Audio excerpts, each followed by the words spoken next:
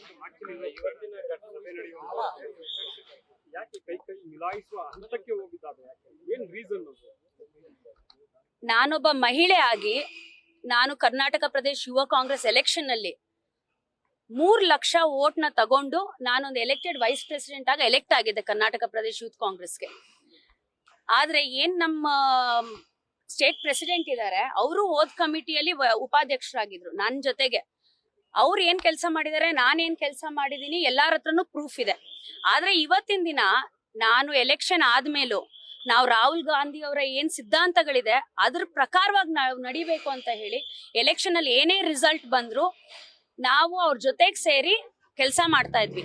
ಆದ್ರೆ ನನ್ನ ಒಬ್ಳಿಗೆ ಅಲ್ಲ, ನಾನೊಂದು ಮಹಿಳೆ ಆಗಿ ಮನೆ ಬಿಟ್ಟು, ನನ್ಗೂ ಮದ್ವೆ ಆಗಿದೆ, ಮಕ್ಳಿದ್ದಾರೆ, ಎಲ್ಲ ಬಿಟ್ಟು ನಾವು ಪಕ್ಷ ಸಂಘಟನೆ ಅಂತ ಆಚೆ ಬಂದಾಗ ನನ್ನ ಬಿಟ್ಟು ಬೇರೆ ಎಲ್ಲ ಯಾರ್ಯಾರು ಪದಾಧಿಕಾರಿಗಳಿದ್ದಾರೆ ಅವ್ರಿಗೆಲ್ಲರಿಗೂ ತೊಂದರೆ ಕೊಡ್ತಾ ಇದ್ರು. ಸೊ ಈ ವಿಚಾರವಾಗಿ ನಾವ್ ಯಾವತ್ತೂ ವಾಯ್ಸ್ ರೇಸ್ ಮಾಡಕ್ ನಮ್ಗೆ ಅವಕಾಶ ಬಿಡ್ತಾ ಇರ್ಲಿಲ್ಲ. ಯಾಕಂದ್ರೆ ಡಿವೈಡ್ ಅಂಡ್ ರೂಲ್ ಪಾಲಿಸಿಯನ್ನ ಮಂಜುನಾಥ್ ಅವರು ಮಾಡ್ತಾ ಇದ್ರು. ಕೆಲಸ ಮಾಡ್ತಾ ಇಲ್ಲ ಅಂತ ಹೇಳ್ಬಿಟ್ಟು ಎಲ್ಲಾರ್ಗೂನು ಹೋಲ್ಡ್ ಅನ್ನ ಇಟ್ಟಿದ್ರು. ಸೊ ಅದಕ್ಕೆ ಇವತ್ತೇನ್ ನಮ್ಮ ಸ್ಟೇಟ್ ಎಕ್ಸಿಕ್ಯೂಟಿವ್ ಇತ್ತು, ಅದ್ರಲ್ಲಿ ನಾವೆಲ್ಲರೂ ಈ ವಿಚಾರವಾಗಿ ಮಾತಾಡ್ಬೇಕು ಅಂತ ನಾವು ಅವ್ರನ್ನ ಮಾತಾಡ್ಲಿಕ್ಕೆ ಟ್ರೈ ಮಾಡಿದಾಗ ನಮ್ ಏನ್ ನ್ಯಾಷನಲ್ ಇನ್ಚಾರ್ಜ್ ಇದಾರೆ ಅವರು ಆ ಒಂದು ಮೀಟಿಂಗ್ ಇಂದ ಎದ್ದೋಗ್ಲಿಕ್ಕೆ ಪ್ರಯತ್ನ ಪಟ್ರು.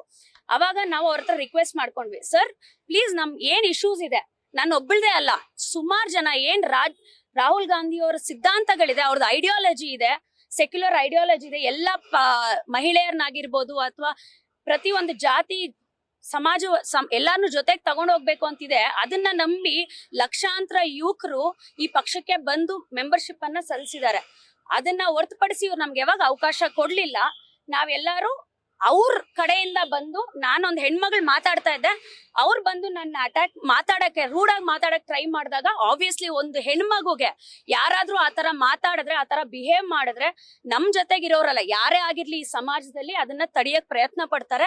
ಸೊ ಎಲ್ಲಾರ್ನು ಅದನ್ನ ತಡಿಯಕ್ ಪ್ರಯತ್ನ ಪಟ್ರೆ ಹೊರತು ನಾವೆಲ್ಲ ಒಂದು ಕುಟುಂಬ, ನಾವೆಲ್ಲ ಕಾಂಗ್ರೆಸ್ ಪಕ್ಷಕ್ಕೆ ದುಡಿಯೋರು, ನಾವೆಲ್ಲ ಕಾಂಗ್ರೆಸ್ ಪಕ್ಷದ ನಿಯತ್ತಿನ ಕಾರ್ಯಕರ್ತರು. ನನಗ್ ನಂಬಿಕೆ ಇದೆ ಈ ಏನ್ ನಮ್ದು ಪ್ರಾಬ್ಲಮ್ ಆಗಿದೆ ಇದು ನಮ್ಮ ಪಕ್ಷದ ಅಧ್ಯಕ್ಷರಾದ ಡಿ.ಕೆ. ಶಿವಕುಮಾರ್ ಸಾಹೇಬ್ರ ಮೇಲಾಗಿರ್ಬೋದು ಅಥವಾ ನಮ್ಮ ಮುಖ್ಯಮಂತ್ರಿಗಳಾದ ಸಿದ್ದರಾಮಯ್ಯ ಅವ್ರ ಮೇಲೆ ನಮ್ಗೆ ನಂಬಿಕೆ ಇದೆ.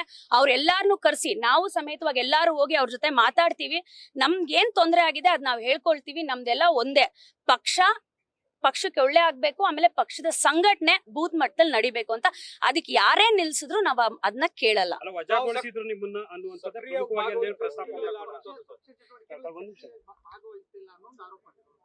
ಸರ್, ನಾನು ಒಂದು ಹೆಣ್ಮಗ್ಳಾಗಿ ನನಗೆ 8 ಜಿಲ್ಲೆಗಳು ಕೊಟ್ಟಿದ್ದಾರೆ ರಾಜ್ಯದಲ್ಲಿ. ಎಲ್ಲಾ ಜಿಲ್ಲೆಗಳು 800-900 ಕಿಲೋಮೀಟರ್ ದೂರ ಇರೋ ಜಿಲ್ಲೆಗಳು ಕೊಟ್ಟಿದ್ದಾರೆ. ಆದ್ರೂ ನಾನು ಅದಕ್ಕೆ ಯಾವ್ದಕ್ಕೂ ನಾನು ಎದುರ್ದಿರಾ ನಾನು ಪ್ರತಿಯೊಂದು ಜಿಲ್ಲೆಗೂ ನಾನು ಪ್ರವಾಸವನ್ನ ಮಾಡಿದೀನಿ. ಜಿಲ್ಲಾ ಮಟ್ಟದಲ್ಲಿ ಮತ್ತೆ ಅಸೆಂಬ್ಲಿ ಮಟ್ಟದಲ್ಲಿ ನಾನು ಪ್ರವಾಸವನ್ನ ಮಾಡಿದೀನಿ. ಆದ್ರೆ ನಾನು ಅಲ್ಲಿ ಹೋದಾಗ ನನ್ಗೊಬ್ಳಿಗೆ ಅಲ್ಲ, ಅಲ್ಲಿನ ಜಿಲ್ಲಾ ಅಧ್ಯಕ್ಷರುಗಳಿಗೆ ಮತ್ತೆ ನನ್ನ ಉಸ್ತುವಾರಿ ಯಾರು ಜನರಲ್ ಸೆಕ್ರೆಟರಿ ಮತ್ತೆ ಸೆಕ್ರೆಟರಿಗಳು ಇರ್ತಾರೆ ಅವ್ರು ಎಲ್ಲಾರ್ಗು ಹರಾಸ್ಮೆಂಟ್ ಆಗ್ತಾ ಇತ್ತು. ನೀವೆಲ್ಲ ಕೆಲಸ ಮಾಡ್ಕೊಡ್ದು, ಬ್ಯಾನರ್ಗಳು ಹಾಕ್ಕೊಡ್ದು, ಇವ್ರಿಗೆ ನೀವು ಅವಕಾಶ ಮಾಡ್ಕೊಡ್ದು, ಬೈಕ್ ರ್ಯಾಲಿ ಮಾಡ್ಕೊಡ್ದು, ನಾವೇನಾದ್ರೂ ಒಂದು ಪ್ರೊಟೆಸ್ಟ್ ಮಾಡಿದ್ರೆ ಅದನ್ನ ಮಾಡ್ಕೊಡ್ದು ಅಂತ. ಅದರಿಂದ ನಾವೆಲ್ಲರೂ ವಾಯ್ಸ್ ರೇಸ್ ಮಾಡ್ತಾ ಇದ್ರು, ಇವ್ರು ಕೇಳ್ತಾ ಇರ್ಲಿಲ್ಲ. ಸೊ ಅದರಿಂದ ನಾವು ಕೇಳ್ತಾ ಇರ್ಲಿಲ್ಲ ಅಂದ್ಬಿಟ್ಟು ನನ್ನೊಬ್ಬಳದೇ ಅಲ್ಲ, 2-3 ಡೇಸ್ ಬ್ಯಾಕ್ 39 ಜನನ ಕರೆದು ಅವ್ರಿಗೂ ಎಲ್ಲ ನೋಟಿಸ್ ಕೊಟ್ಟಿದ್ದಾರೆ. ಅವ್ರನ್ನೆಲ್ಲ ಕರೆದಿದ್ರು. ಅದಕ್ ಮುಂಚೆ 4 ಜಿಲ್ಲಾ ಅಧ್ಯಕ್ಷರಿಗೆ ನೋಟಿಸ್ ಕೊಟ್ಟಿದ್ದಾರೆ. ಇವಾಗ ನನ್ ಜೊತೆಗೆ 15 ಜನಕ್ಕೆ ನೋಟಿಸ್ ಕೊಟ್ಟಿದ್ದಾರೆ. ಸೊ ಅದರಿಂದ ನಾವೆಲ್ಲ ಬಂದು ಕ್ವೆಶ್ಚನ್ ಮಾಡಿದೀವಿ.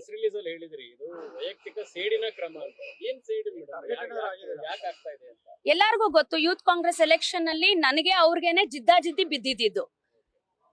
ನಾನ್ ಸುಮಾರು 12 ಲಕ್ಷ ವೋಟ್ ಮಾಡಿಸಿದ್ದೆ ಅವಾಗ. ಆದ್ರೆ ನನ್ನ ವೋಟ್ಗಳು 75% ರಿಜೆಕ್ಟ್ ಆಗಿತ್ತು.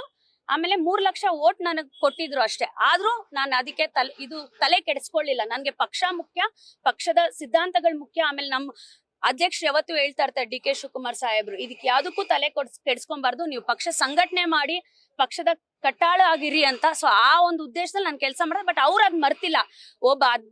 ಯಾರೇ ಒಬ್ರು ರಾಜ್ಯ ಅಧ್ಯಕ್ಷ ಆದ್ಮೇಲೆ ಇಡೀ ಕಮಿಟಿನ ಜೊತೆಗೆ ತಗೊಂಡೋಗ್ಬೇಕು. ಎಲೆಕ್ಷನ್ ಟೈಮಲ್ಲಿ ಎಲ್ಲಾರ್ಗೂ ಮನಸ್ತಾಪ ಇದ್ದೇ ಇರುತ್ತೆ. ಆದ್ರೆ ಅದಾದ್ಮೇಲೆ ಯಾವ ಪ್ರೀತಿ ವಿಶ್ವಾಸದಿಂದ ಎಲ್ಲಾರನ್ನು ಜೊತೆಗೆ ತಗೊಂಡ್ ಹೋಗ್ತಾರೆ, ಅದೇ ನಿಜವಾದ ನಾಯಕತ್ವ ಅಂತ ನಾನ್ ನಂಬಿದೀನಿ. ನಾವೆಲ್ಲರೂ ಬಂದ್ವಿ, ನನ್ ಜೊತೆಗೆ ಸುಮಾರು 8-9 ಜನ ಉಪಾಧ್ಯಕ್ಷರುಗಳು ಎಲೆಕ್ಷನ್ ನಿಂತಿದ್ರು. ಸೊ ಎಲ್ಲಾರು ಜೊತೆಗೆ ಸೇರಿ ಅವ್ರ ಕೈ ಮಿಲಾಯಿಸಿದ್ವಿ. ಆದ್ರೆ ಅವ್ರು ಮಿಲಾಯಿಸಕ್ ರೆಡಿ ಇಲ್ಲ, ಅವ್ರು ಬರೀ ದ್ವೇಷದ ರಾಜಕೀಯನ ಮಾಡ್ಕೊಂಡು ಹೋಗ್ತಾರೆ. ಏನು ಒಳಗಡೆ ಒಂದಷ್ಟು ಪದಗಳು ಬಳಕೆ ಮಾಡಿದ್ರು ಅಂತ, ಏನ್ ಪದ ಬಳಕೆ?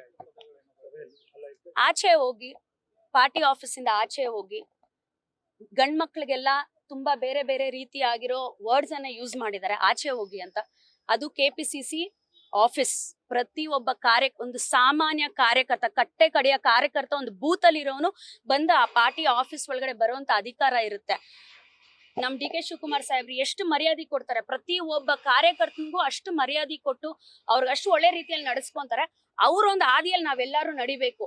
ಆಚೆ ಹೋಗ್ರಿ, ಆಚೆ ಹೋಗೋ, ನಮ್ಗೆ ಹೇಳಕ್ಕೂ ಇಷ್ಟ ಆಗಲ್ಲ. ಆ ತರ ಎಲ್ಲ ಮಾತಾಡಿದಾಗ ಆಬ್ವಿಯಸ್ಲಿ ಎಲ್ಲರಿಗೂ ಬೇಜಾರಾಗುತ್ತೆ. ಅಂಡ್ ನಾನೊಂದು ಹೆಣ್ಮಗಳು, ನಾನೇ ಫ್ರಂಟ್ ಅಲ್ಲಿ ಇದ್ದೆ. ನನ್ನ ಪುಷ್ ಮಾಡಕ್ ಟ್ರೈ ಮಾಡಿದಾಗ ಅದು ವಿಡಿಯೋದಲ್ಲಿ ಕಾಣಿಸ್ತೋ ಇಲ್ವೋ ಗೊತ್ತಿಲ್ಲ, ನನ್ಗೆ ಯಾವ್ದೋ ಮೀಡಿಯಾದಲ್ಲಿ ಬರ್ತಾ ಇತ್ತು. ಬಟ್ ನನ್ನ ಪುಷ್ ಮಾಡಕ್ ಟ್ರೈ ಮಾಡಿದಾಗ ಆಬ್ವಿಯಸ್ಲಿ ಎಲ್ಲಾರು ನನ್ನ ಪ್ರೊಟೆಕ್ಟ್ ಮಾಡಕ್ ಟ್ರೈ ಮಾಡಿದ್ರು ಅಷ್ಟೇ. ಡೆಫಿನೆಟ್ಲಿ ಸರ್, ಅವರು ಕೇರಳದಲ್ಲಿದ್ದಾರೆ, ಇವಾಗ ಬರ್ತಾ ಇದ್ದಾರೆ. ಸೊ ಡೆಫಿನೆಟ್ಲಿ ನಾವು ನಮ್ಮ ಪಾರ್ಟಿ ಅಧ್ಯಕ್ಷರ ಗಮನಕ್ಕೆ ನಾವು ತಂದೆ ತರ್ತೀವಿ. ಯಾಕಂದ್ರೆ ನನ್ನ ಒಬ್ಬಳದೇ ಅಲ್ಲ, ತುಂಬಾ ಜನ ಯುವಕರು ರಾಹುಲ್ ಗಾಂಧಿ ಅವರ ಐಡಿಯಾಲಜಿ ನಂಬ್ಕೊಂಡು ಮುಂದೆ ಹೋಗಿದ್ದಾರೆ. ಅದಕ್ಕೆ ನಾವು ಏನಿದೆ ಅದಕ್ಕೆ ಹೋಗಿ ಸಾಹೇಬ್ರಿಗೆ ನಾವು ನೇತೃತ್ವದ ಯೂತ್ ಕಾಂಗ್ರೆಸ್ ನಲ್ಲಿ ಮಹಿಳೆಯರಿಗೆ ಸುರಕ್ಷತೆ ಇಲ್ಲ, ಒಂದ್ ರೀತಿ ಅಭದ್ರತೆ ಇದೆ. ನಾನು ಅದೇ ಹೇಳ್ದೆ ಅಲ್ಲ ಸರ್, ನಾನೊಂದು ಮಹಿಳೆ ಆಗಿ ಉಪಾಧ್ಯಕ್ಷ ಆಗಿ ನಾನು ಕೆಲಸ ಮಾಡಿದ್ದೀನಿ.